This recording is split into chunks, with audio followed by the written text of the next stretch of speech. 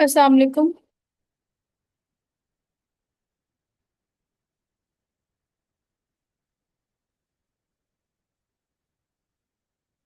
अस्सलाम वालेकुम।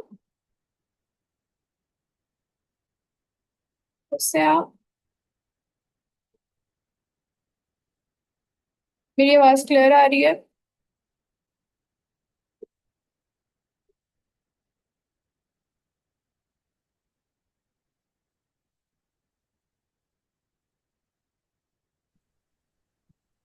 ठीक है।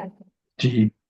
पेंक्रियाज और गॉल ब्लैडर एंड लिवर, इन तीनों से रिलेटेड अगर आपको कोई क्वेश्चन है तो please to ask me.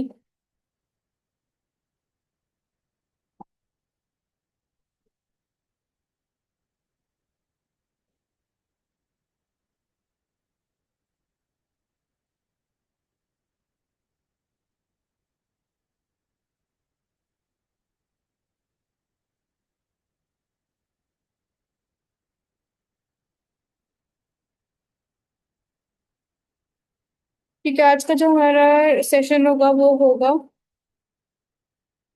Kidney पे। ठीक है, आज हम किडनी की बेसिक एनाटॉमी और बेसिक पोजीशनिंग देखेंगे और कल इंशाल्लाह हम लोग उसकी पैथोलॉजी से उसको कवर करेंगे। तो सबसे पहले किडनी के एनाटॉमी के अंदर ये आता है कि किडनी जो होती है बायलैटरल ऑर्गन्स होता है, एक राइट पर होती है एक लेफ्ट पर होती है। This is reader present in our body. और ये अपर लेफ्ट और राइट एब्डोमिनल क्वाड्रेंट्स के अंदर प्रेजेंट होता है and this is also the part of urinary system as well. जब भी आपके पास पेशेंट किसी यूरिन के प्रॉब्लम के साथ आएगा कि बार बार यूरिन इंकॉन्टिनेंस हो जाती है या फिर अर्ज होता है बार बार यूरिन पास करने का या कुछ भी, या पेन होती है ड्यूरिंग यूरिनेशन, डिस्यूरिया है, हिमाचूरिया है, जो भी है। ठीक है, अगर तो पेशेंट आपके पास किडनी और राइट या लेफ्ट फ्लैंक पेन के साथ अगर आपके पास आता है तो आपने हमेशा पेशेंट का कौन सा स्कैन करवाना है? केयूबी, kidney ureter bladder. Main function kidney का क्या होता है?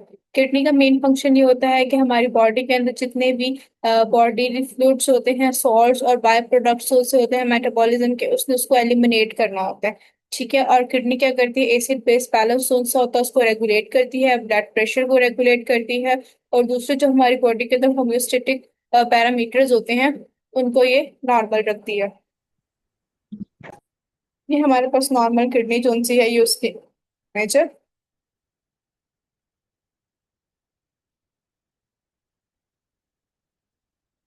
तो फंक्शन, सबसे पहले ये क्लीन करता है टॉक्सिन्स को, और जो भी हमारी बॉडी के अंदर वेस्ट प्रोडक्ट होता है ब्लड का, उसको ये रिमूव करता है। ठीक है, जो कॉमन वेस्ट प्रोडक्ट होता है including nitrogenous waste, muscle waste etcetera, ये सब जो होता है हमारी बॉडी के अंदर से एक्सपेल हो जाते हैं। ठीक है, और किडनी क्या करती है? इन सबको एलिमिनेट करने में मदद करती है।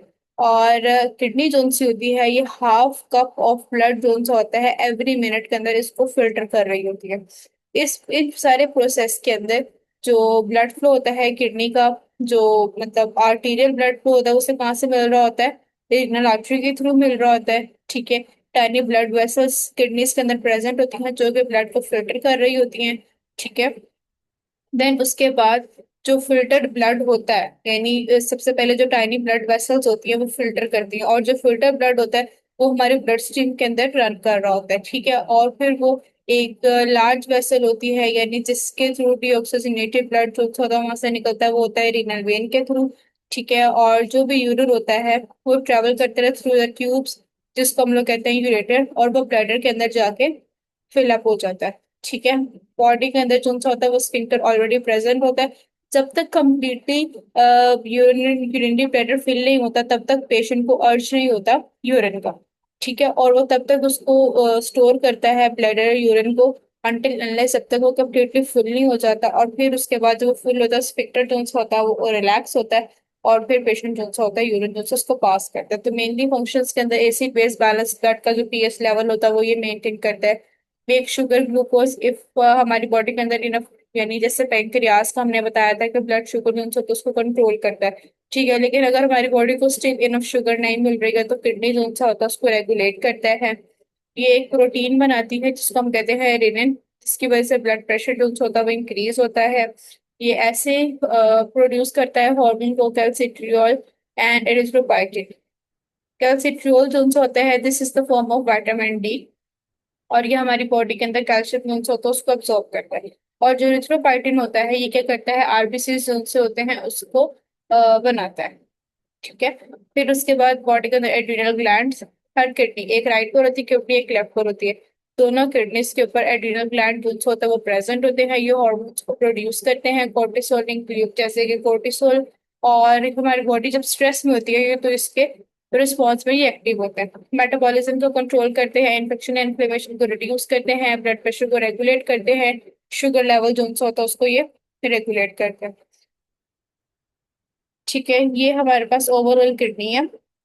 ठीक है, तो इस किडनी के अंदर सबसे पहले आ जाता है ये यूरेटर। यूरेटर जो उनसे होते हैं, नॉर्मली हम लोग उसको एज अ बिगनर हम लोग उसको असेस नहीं कर सकते अनटिल अनलेस उसके अंदर कोई पैथोलॉजी ना, लाइक आप कह लो कि डायलेटेड नहीं हो जाएंगे जब तक वो यूरेटर्स, तब तक हम इसको प्रॉपरली विजुअलाइज या असेस नहीं कर सकते। ये हमारे पास रीनल वेन है जहाँ से डीऑक्सीजनेटेड ब्लड जाता है, और ये रीनल आर्टरी जहाँ से ऑक्सीजनेटेड ब्लड जाता है। ठीक है, फिर इस सबको हम कहते हैं रीनल पेल्विस, ये जो सेंटर में है। ठीक है, इसको कहते हैं रीनल पेल्विस। और ये हमारे पास मेजर कैलिसिस, माइनर कैलिसिस, और ये जो इस तरह से pyramid बन रहे हैं इसको हम कहते हैं मेडुला। और ये जो बाहर वाला पैरेन्काइमा है राइट लाइट रेड में, इसको हम कहते हैं कॉर्टेक्स। कॉर्टेक्स, मेडुला, कैलिसिस और रीनल पेल्विस, ये हमारे पास नॉर्मली एनाटॉमी होती है जिसको हम लोगों ने देखना होता है अल्ट्रासाउंड के ऊपर। ठीक है। रीनल कैप्सूल, इसकी 3 लेयर्स होती हैं, ओवरऑल उसने हमारी किडनी को कवर किया होता है। ये किसी भी तरह की किडनी के अंदर अगर कोई इंजरी हो जाए या कुछ भी सराउंडिंग टिश्यू का इन्वायरमेंट चेंज होता है जो उसको स्टेबलाइज करती है, उसको प्रोटेक्ट करती है। फिर उसके बाद रीनल कॉर्टेक्स होता है, इसके अंदर नेफ्रॉन्स प्रेजेंट होते हैं। ठीक है, और ये हार्मोन बनाती है एरिथ्रोपोइटिन, जो कि आरबीसी जो होते हैं उसको मैरो के अंदर बनाती है। फिर उसके बाद रीनल मेडुला आ जाता है, ये इनर पार्ट होता है किडनी का। इसके अंदर ज्यादा से ज्यादा नेफ्रॉन्स जो होते हैं उनका ग्लोमेरुलस के साथ वो यहाँ पे प्रेजेंट होते हैं, रीनल ट्यूब्यूल्स एक्सेट्रा। और रीनल ट्यूब्यूल्स क्या करते हैं कि यूरिन को कलेक्ट करके रीनल पेल्विस तक लेके जाते हैं। देन रीनल पैपिला आ जाता है। डिहाइड्रेशन और कुछ मेडिकेशंस की वजह से, जैसे कि नॉन स्टेरॉयडल इन्फ्लेमेटरी ड्रग्स आ जाती है, लेकिन हम लोग पेशेंट जोन से अगर इसका बहुत ज्यादा होता है तो रीनल पैपिला जो होता है उसको डैमेज कर देता है। फिर उसके बाद रीनल पेल्विस की फनल शेप ऑर्गन होती है, ये सारी यूरिन को कलेक्ट करता है। फिर उसके बाद दोनों यूरेटर्स के अंदर उसको पास करता है, और यूरेटर्स के थ्रू कहाँ पे जाता है, यूरिन ब्लैडर में। अगेन ये एक एनाटॉमी है, उसकी पिक्चर भी बने। देन उसके बाद जो ओवरऑल किडनी का पैरेन्काइमा है, it consist of real outer cortex और इनर मेडुला, मतलब बाहर कॉर्टेक्स होता है और अंदर जो पैरामीटर स्ट्रक्चर होते हैं उसको हम क्या कहते हैं, मेडुला। फिर उसके बाद जो मेन यूनिट होता है मेडुला का, उसको हम कहते हैं रीनल पैरामिड। टोटल हमारे पास कितने पैरामिड्स होते हैं, 8 to 18 पैरामिड होते हैं इन ईच किडनी। ठीक है, ये ट्रायंगल शेप में होते हैं, पैरामिडल शेप में होते हैं। ठीक है, with their basis directed towards the cortex and apex to the hilum. फिर apex zone south of the pyramid, ये हमारे पास कहाँ पर आता है, टुवर्ड्स द रीनल साइनस। और ओवरऑल जो एपिकल प्रोजेक्शन होती है that is known as renal papilla. ये अभी मैं आपको साथ साथ आगे जो इमेज आएगी उसके अंदर दिखाती हूँ क्या होते हैं। फिर हमारे पास माइनर कैलिसिस, मेजर कैलिसिस आते हैं।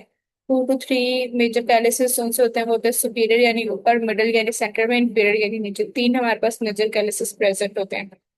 ठीक है, और वो जब इकट्ठे हो जाते हैं तो वो क्या बनाते हैं, रीनल पेल्विस बना देते हैं। और ये जो पैरामिड्स होते हैं ये एक एक्सटेंशन के थ्रू सेपरेट हुए होते हैं जिसको हम रीनल कॉलम्स कहते हैं। ऐसा तो इतनी ज्यादा चीजें हमें अल्ट्रासाउंड के ऊपर बेसिकली नजर तो नहीं आ रही होती हैं, जो मेनली चीज हमें नजर आ रही होती है वो होता है ये कॉर्टेक्स। ठीक है, ये रीनल पैरामिड जिसको हम मेडुला कहते हैं, रीनल पेल्विस और यूरेटर। ये हमारे पास बेसिक जो होती है ना किडनी, उसके अंदर ये सिर्फ ये वाली चीजें हमें नजर आ रही होती।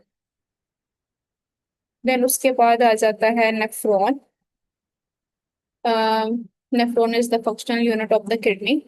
और नेफ्रॉन जो उनसे होता है उसके अंदर कॉर्पस्क्यूल्स होते हैं, ब्रोमन्स कैप्सूल होता है जिसका ग्लोमेरुलस होता है वो सेट करता है।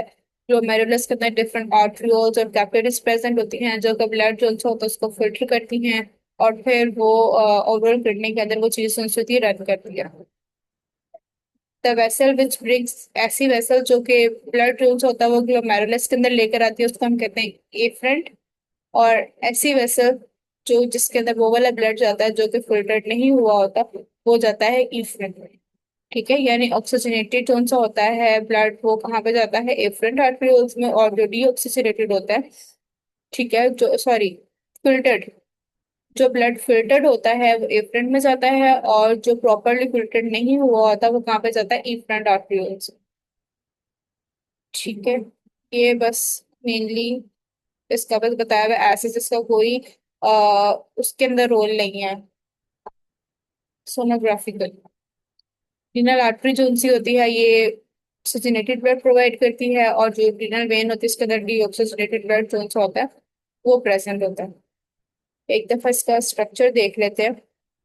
जो एओर्टा होता है उसकी आगे से ब्रांच होती है renal artery. Renal artery further आगे से डिवाइड होती है सेगमेंटल आर्टरी में। सेगमेंटल आर्टरी इंटरलोबार और आर्कुएट आर्टरीज में जाती हैं। फिर उसके बाद रेडिएट आर्टरी, एफ्रंट आर्टरीज, जैसे कि हमने बताया कि फिल्टर ब्लड कहाँ पर होता है, एफ्रंट में। वो ग्लोमेरुलर कैप्सूल में जाता है, और जो उसके अंदर ब्लड फिल्टर नहीं होता वो इफ्रंट में जाता है। ठीक है। Then capillaries, vein, arcuate vein, interlobar vein, renal vein, और रीनल वेन से वो कहाँ पे जाके जाता है, आईवीसी के अंदर। ठीक है। ये नॉर्मली हमारे पास ब्लड सप्लाई होती है किडनी की। देन उसके बाद आ जाता है रीनल अल्ट्रासाउंड। रीनल अल्ट्रासाउंड जब हम लोग राइट किडनी का जब मोस्ट प्रोबेबली परफॉर्म कर रहे होते हैं तो उसके अंदर पेशेंट हमेशा सुपाइन पोजीशन में होगा। ठीक है। और जब हमने लेफ्ट किडनी को असेस करना है तो उसके अंदर पेशेंट जो सा होगा वो राइट लैटरल डिक्यूबिटस पोजीशन में होगा।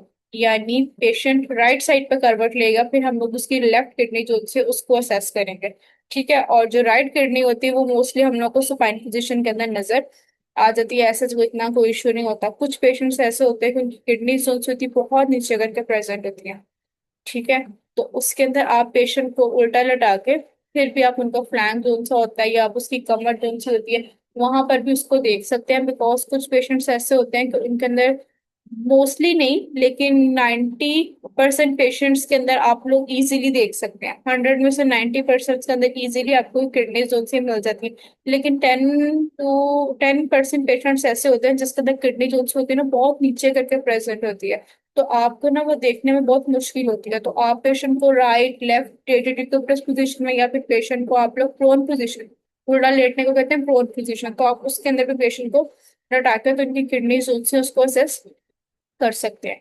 ठीक है। Then again curvilinear probe भी हम लोग इसके लिए यूज करेंगे। मशीन जो सी होगी पेशेंट की हमारी राइट साइड पर, हमारी लेफ्ट साइड पर होगी, और जो प्रोब होगा वो हमारे राइट हैंड में होगा। लेफ्ट हैंड जो इंच होगा उसके साथ हम लोग अल्ट्रासाउंड की जो नोब्स होती हैं उसको असेस करते हैं। ये हमारे पास पोजीशन है फॉर द राइट किडनी। ठीक है।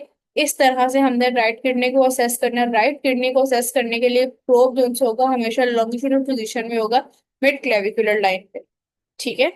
ये देखें यहाँ से आगे बिल्कुल आपने यहाँ पर लाके प्रोब को रखना, और प्रोब की पोजीशन कैसी होगी, बिल्कुल लॉन्गिट्यूडल में।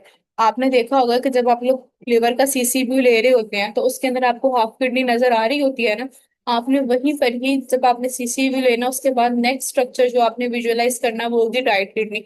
आपने वहीं से ही राइट किडनी जो है उसको प्रॉपर देखना है। जहां पे पहले आपको हाफ नजर आ रही थी प्रोब को अपना थोड़ा सा सेट करें, और जहां पे आपको प्रॉपर किडनी नजर आ रही वहां पर आपने इमेज फ्रीज कर देना। पेशेंट को इनहेलेशन और एक्सपायरेशन के लिए आपने जरूर कहना है, या फिर आपने उनको कहना है कि बियर वैली जो सा वो कर लेंगे, यानी पेट जो सा उसको बाहर की तरफ खुला लें। उसकी वजह से क्या होता है कि गैसेस जो सी होती हैं वो नीचे बैठ जाती हैं, और आपके पास इमेज जो सी होती है वो अच्छी सी आ जाती है। सबसे पहले राइट किडनी का लॉन्गिट्यूडनल व्यू। हमेशा आपने जो प्रोब का इंडिकेटर होगा पेशेंट के हेड की तरफ रखना है। राइट मिड एक्सिलरी लाइन के ऊपर आपने प्रोब को रखना है 10 to 11 इंटरकोस्टल स्पेस पे। ठीक है। आपको सबसे पहले सेंटर ऑफ द किडनी नजर आएगा, उसके अंदर आप लोगों को लिवर का लोब भी नजर आएगा, कॉर्टेक्स, पायरामिड, मेडुला, और रीनल पेल्विस, साइनसिस मेजर और माइनर कैलिसिस होंगे, नॉर्मली आपको नजर आएंगे। ओवरऑल जो किडनी की लेंथ होती है वो 10 to 12 सेंटीमीटर तक होती है, लेकिन अगर वो 6 सीड कर जाती है तो वो फिर हमारे पास पैथोलॉजी के अंदर चीज आ जाती है। ठीक है। आपने आराम आराम से प्रोब को एंटीरियरली और पोस्टीरियरली मूव करते रहना है ताकि आपके पास कंप्लीट किडनी जोन सी उसकी इमेज आ जाए। अब ये देखिए इसके अंदर हमने कैसे कुछ अगर रखा हुआ है, ये देखिए मिड एक्सिलरी लाइन पे प्रोब जोन है वो पेशेंट के हेड की तरफ है, और यहाँ पर हमने लॉन्गिट्यूडल में रखा है तो मुझे ये कंप्लीट किडनी जोन सी है ये मिल गई है। ये देखिए ये रीनल पेल्विस है। ठीक है। ये मेजर कैलिसिस है, ये माइनर कैलिसिस है। ठीक है। ये रीनल साइनसिस हैं, और यहाँ पे पैरामिड्स बन रहे हैं। और ये हमारे पास क्या है जिसको ओवरऑल पैरेन्काइमा में नजर आ रहा है, दिस इज रीनल कॉर्टेक्स। ठीक है, इस तरह से हम नॉर्मली किडनी को असेस करते हैं। और जब आपने इसकी लेंथ लेनी है तो यहाँ से लेके यहाँ तक आप इसकी लेंथ लेंगे, और यहाँ से लेके यहाँ तक आप इसकी विड्थ लेंगे। अब कुछ लोग जो उनसे होता है ना, वो जब किडनी को मेजर करते हैं तो वो सिर्फ दो मेजरमेंट्स लेते हैं, एक लेंथ में और एक एपीयू, एंटीरियर पोस्टीरियर। लेकिन कुछ ऐसे पेशेंट्स होते हैं, डॉक्टर्स होते हैं, वो पता है क्या करते हैं, कॉर्टिकोमेडुलरी रेशियो यानी कॉर्टेक्स और मेडुला। ये हमारे पास कॉर्टेक्स, ये देखें हमारे पास जो, अभी मैं आपको नेक्स्ट इमेज में दिखाती हूँ सीएमडी रेशियो कैसे लेते हैं। ये देखिए, राइट किडनी का अगर आपने ट्रांसवर्स व्यू लेना होगा तो आपने जैसे लॉन्गिट्यूडनली में पोजीशन में इसको रखा हुआ था, आपने वहीं से इसको ट्रांसवर्स में ले जाना है। यानी प्रोब का इंडिकेटर जो उनसे होगा वो बेड वाली साइड पर चला जाएगा, काउच वाली साइड पर चला जाएगा। यानी प्रोब जो इंडिकेटर पोस्टीरियरली होगा। ट्रांसवर्स व्यू के अंदर आप लोग मेडुलरी, पायरामिड, कॉर्टेक्स और पेल्विस को अच्छे से विजुअलाइज कर सकते हैं, लेकिन हम इसके अंदर कोई मेजरमेंट नहीं लेते। ये वीडियो सबको नजर आ रही है कि हम लोगों ने किस तरह से प्रोब को टिल्ट करना है। बिल्कुल लॉन्गिट्यूडनल पोजीशन से आपने इंडिकेटर को नीचे कॉच वाली साइड पर ले जाना, पोस्टीरियरली ले जाना। ठीक है, तो फिर आपको इसका जो ट्रांसवर्स व्यू होगा वो नजर आ जाएगा। फिर उसके बाद हमारे पास आती है लेफ्ट किडनी। अब कुछ पेशेंट्स ऐसे होते हैं कि आप उसमें उनका सुपाइन पोजीशन के अंदर भी पेशेंट का जो स्कैन है वो कर सकते हैं, बट मोस्टली लोग प्रेफर करते हैं कि आप पेशेंट के राइट साइड पे करवट दिला के फिर स्कैन करते हैं। अगर तो आप लोग सुपाइन पोजीशन में कर रहे हैं, प्रोब का हेड जोन सा होगा अगेन लॉन्गिट्यूडनल पोजीशन में होगा, लेफ्ट एक्सिलरी लाइन के अंदर। ठीक है, जैसे आपने राइट पे किया था वैसे ही आपने क्या करना है, लेफ्ट पे करना है। ठीक है, वही सेम स्ट्रक्चर जो आपको राइट किडनी में नजर आए थे वही आपको लेफ्ट में भी नजर आएंगे। ये देखिए, ये हमारे पास है ट्रांसवर्स व्यू।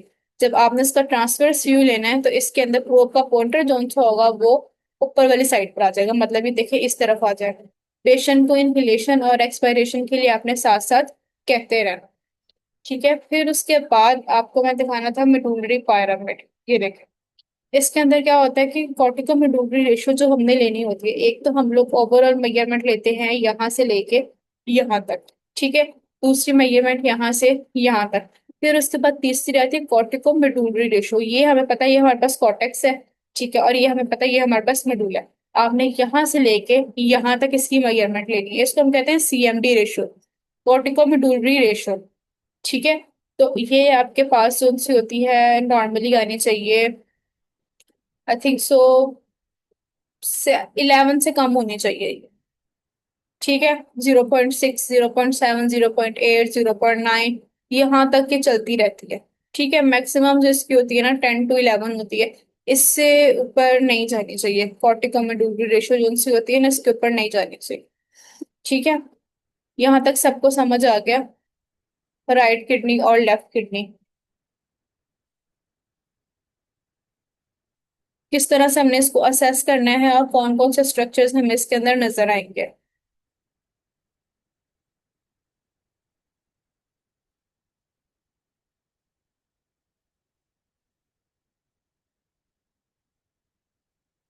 क्लास क्लियर है?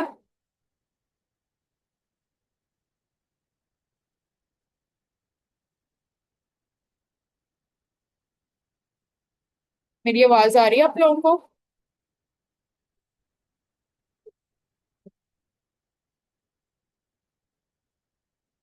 जी आ रही है। आवाज क्लियर है तो फिर मुझे बताएं ना कि समझ आ गई है आपको सारी, कोई ऐसी कंफ्यूजन तो नहीं है। अगर अब आप लोग के पास बेसिक स्कैन आए अल्ट्रासाउंड का, फॉर एग्जांपल नॉर्मली एक पेशेंट आपके पास इमरजेंसी डिपार्टमेंट में आता है एब्डोमिनल पेन के साथ, अब डॉक्टर्स आपको कहते हैं कि आपने स्कैन करना है इनका, तो आप लोग इसका स्कैन परफॉर्म कर सकते हैं। Liver, gall bladder, pancreas and kidney. Normal scan की बात कर रही है, अभी हम लोग पैथोलॉजिस्ट को देख ही नहीं रहे। आप समझे कि आपको पैथोलॉजिस्ट का भी आपका कोई लिंक नहीं है, आपने सिर्फ नॉर्मल स्कैन करना है। अगर आपके पास पेशेंट आता है तो आपको पेशेंट पोजीशनिंग, प्रोब पोजीशनिंग, और आपको इस चीज का आइडिया हो गया कि जो ऑर्गन्स इनकी मेजरमेंट्स कैसे लेते हैं। सिवाय स्प्लीन के, स्प्लीन इंशाल्लाह हम लोग परसों स्टार्ट करेंगे। कल इंशाल्लाह हम किडनी की जो पैथोलॉजीज हैं उसको कवर करेंगे, और परसों इंशाल्लाह हम स्प्लीन स्टार्ट करेंगे। और एक छोटा सा लेक्चर हमारा यूरिनरी ब्लैडर और अपेंडिक्स पर होगा बस। फिर उसके बाद आपको ओवरऑल एब्डोमेन जोन है वो क्लियर है।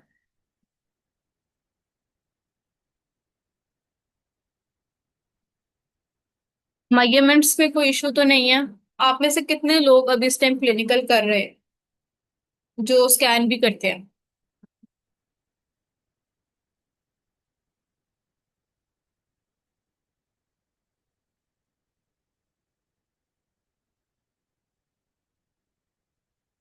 कोई भी नहीं कर रहा?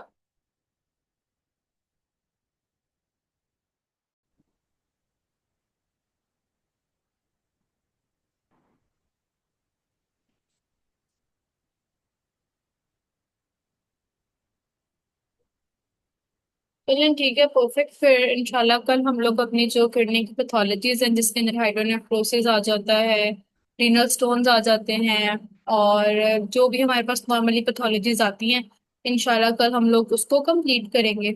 अगर आप कहते हैं तो उसको हम लोग अभी स्टार्ट कर लेते हैं, मुझे इशू नहीं है।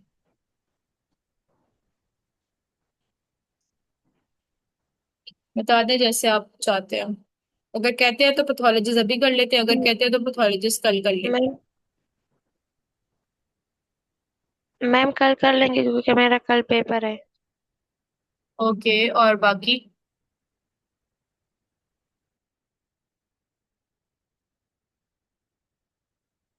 ठीक है मैडम, तुम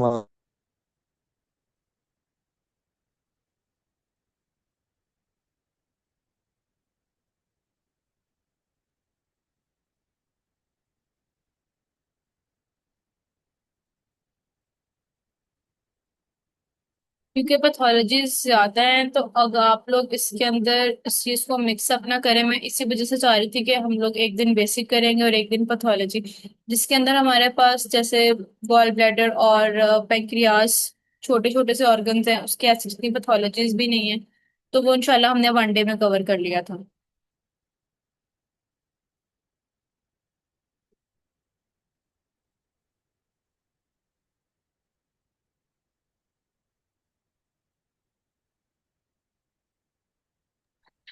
मैम कल पढ़ा दे क्योंकि मेरा पेपर है कल। ठीक है, कोई इशू नहीं, कल कर ले।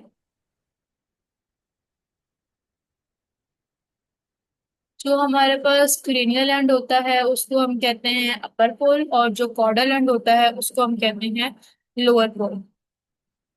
हाँ, मैं आपको दिखा देती हूँ इस पे।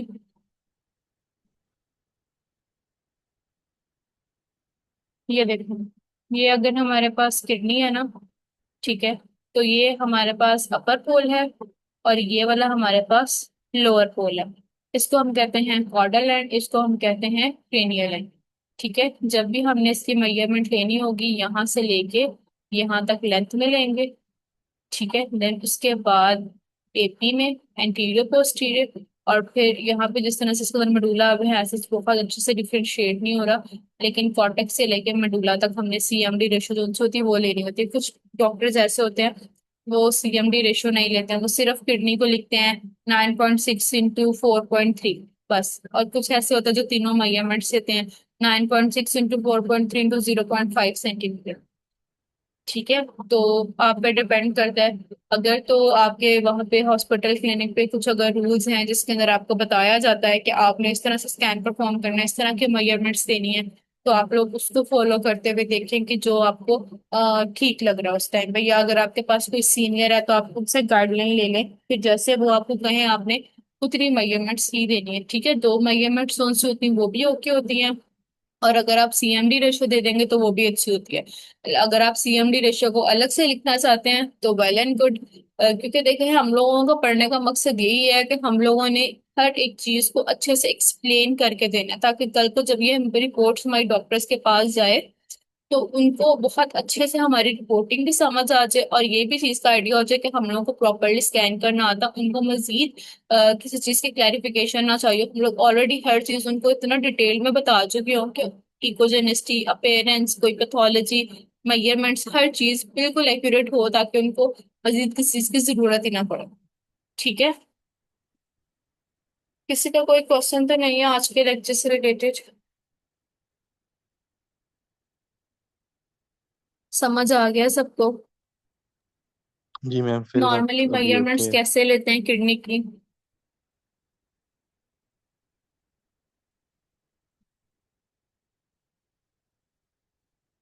चलिए ठीक है, मैं इस लेक्चर को कर रही हूँ एंड कल हम लोग इंशाल्लाह पैथोलॉजी सुनती हैं, जिसमें हमारे पास kidney stones, bladder stones, BPH, ठीक है, हाइड्रोनेफ्रोसिस और उसकी ग्रेडिंग, हाइड्रोनेफ्रोसिस किसको कहते हैं, ऑर्डिनल सिस्ट, और नेफ्राइटिस क्या होता है, ठीक है, और एक्यूट पाइलोनेफ्राइटिस, क्रोनिक पाइलोनेफ्राइटिस, तो क्रोनिक किडनी डिजीज, हर चीज उनसे यही है इंशाल्लाह जो हमारी पैथोलॉजीज हैं।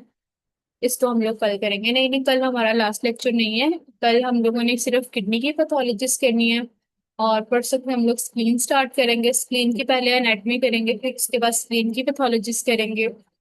और एक लास्ट लेक्चर है जिसके अंदर हम लोग यूरिन की ब्लैडर को देखेंगे कि प्री वर्ड पोस्ट वर्ड कैसे लेते हैं, प्रोस्टेट को कैसे मेजर करते हैं, और अपेंडिक्स, अपेंडिक्स की 4 मिनट्स की एक वीडियो है यूट्यूब से, वो दिखाऊंगी। और बस ये हमारा सिर्फ एब्डोमेन है, तो ये क्लियर हो जाएगा। मोस्ट प्रोबेबली ईद से पहले पहले आप लोग फ्री हो जाओगे। नहीं नहीं, आपको जो सर्टिफिकेट है वो after I think so 1 to 2 weeks के बाद मिलेगा, जब आपका ये सेशन एंड हो जाएगा उसके बाद। Most probably within a week आपको मिल जाएंगे आपके जो सर्टिफिकेट्स होंगे।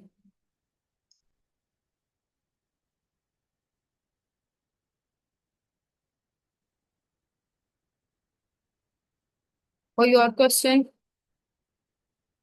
या कोई और चीज जो पूछनी है?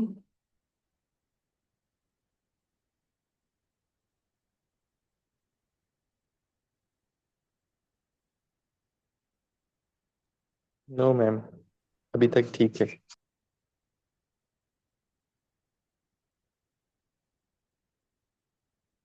चलिए ठीक है फिर, okay, thank you so much for your time, अल्लाह हाफिज। कल इंशाल्लाह हम लोग पैथोलॉजिस्ट जोन से करनी इसकी, उसको स्टार्ट करें।